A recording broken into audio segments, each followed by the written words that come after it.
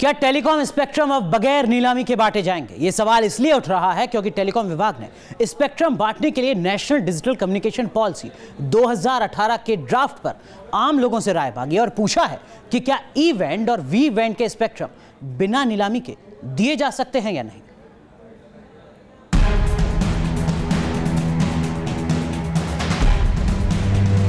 1,76,000 करोड़ रुपए, यह आंकड़ा है जिसके अनुमान के नाम पर केंद्र की यूपीए सरकार को सत्ता से हाथ धोना पड़ा था।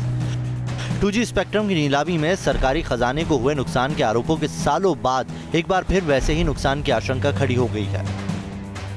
केंद्र सरकार के डिपार्टमेंट ऑफ टेलीकम्युनिकेशन ने स्पेक्ट्रम से जुड़ा एक नया ड्राफ्ट तैयार किया है और उस ड्राफ्ट के बारे में आम लोगों से राय मांगी गई है और कहा गया है और पूछा गया है खास तौर पे कि क्या कुछ खास स्पेक्ट्रम को बगैर नीलामी प्रक्रिया के बांटा जा सकता है या नहीं। ये तस्वीरें उसी नेशनल डिजिटल कम्युनिकेशन पॉलिसी 2018 की है।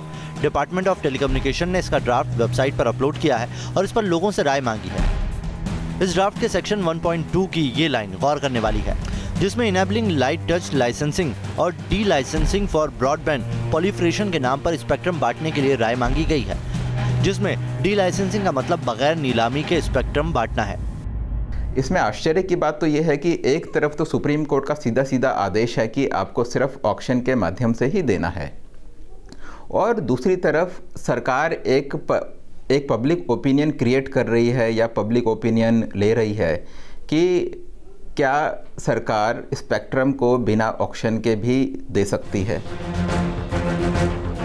दरअसल नई पॉलिसी पर लोगों की राय मांगने के पीछे सरकार की कोशिश ये है कि वी बैंड के 7,000 मेगाहर्ट्ज के ई बैंड के 10,000 मेगाहर्ट्ज स्पेक्ट्रम को बगैर नीलामी के पहले आओ पहले पाओ के आधार पर बांट दिया जाए। हालांकि तथ्य यह है कि फरवरी 2012 के सुप्रीम कोर्ट के आदेश के मुताबिक किसी भी स्पेक्ट्रम का आवंटन बगैर नीलामी के नहीं हो सकता है। अगर ऑनरेबल सुप्रीम कोर्ट ने एक लॉ ले डाउन कर दिया है अंडर आर्टिकल 141, तो उसके लिए गवर्नमेंट बाध्य होती है कि उसको उसी हिसाब से फॉलो किया जाए। लेकिन अगर गवर्नमेंट कोई ऐसी पॉलिसी बनाती है जो गवर्नमेंट सुप्रीम कोर्ट की जजमेंट के कंट्रेरी है या उसके वायलेशन में है या उसके विपरीत है, तो उसको कोर्ट में चैलेंज किया जा सकता है। हालांकि टेलीकॉम विभाग ने नई ड्राफ्ट पॉलिसी को लेकर जो दलीलें दी हैं, उनमें कई दलीलें उसी प्रकार की हैं जिसे बिना नीलामी के स्पेक्ट्रम देने वाले टेलीकॉम मिनिस्टर ए राजा ने दिया था। मसलन 2008 में कहा गया था कि इससे टेलीकॉम का प्रसार होगा। 2018 में कहा जा रहा है कि इससे ब्रॉडबैंड का प्रसार होगा। यूपीए सरकार में कहा गया था कि इससे टेलीकॉम की दरें कम होंगी। एनडीए सरकार में कहा जा रहा है कि इससे 2020 तक सभी को ब्रॉडबैंड मुहैया कराया जा सकेगा। ए राजा के जमाने में दलीलें दी गई थी कि इससे सुविधाएं बढ़ेंगी और आम आदमी की आमदनी बढ़ेगी। 2018 में भी दलील दी जा रही है कि भारत के सामाजिक आर्थिक लक्ष्य को हासिल करने में मदद मिलेगी। 2008 में भी स्पेक्ट्रम बांटने पर राय के लिए आईआईटी के प्रोफेसरों की कमेटी बनाई गई थी और 2018 में भी इसके लिए अंतर्राष्ट्रीय तरीके की दलील दी जा रही है। ये कहना कि अगर इसको ऑक्शन करेंगे तो कीमत बहुत ऊपर जा सकती है, अगेन मैं कहूँगा वो इमेजिनेशन है कि कीमत ऊपर जा सकती है, इररेशनल बिडिंग हो सकती है, वो इमेजिनेशन है। दैट इज फियर साइकोसिस। Why is that being created?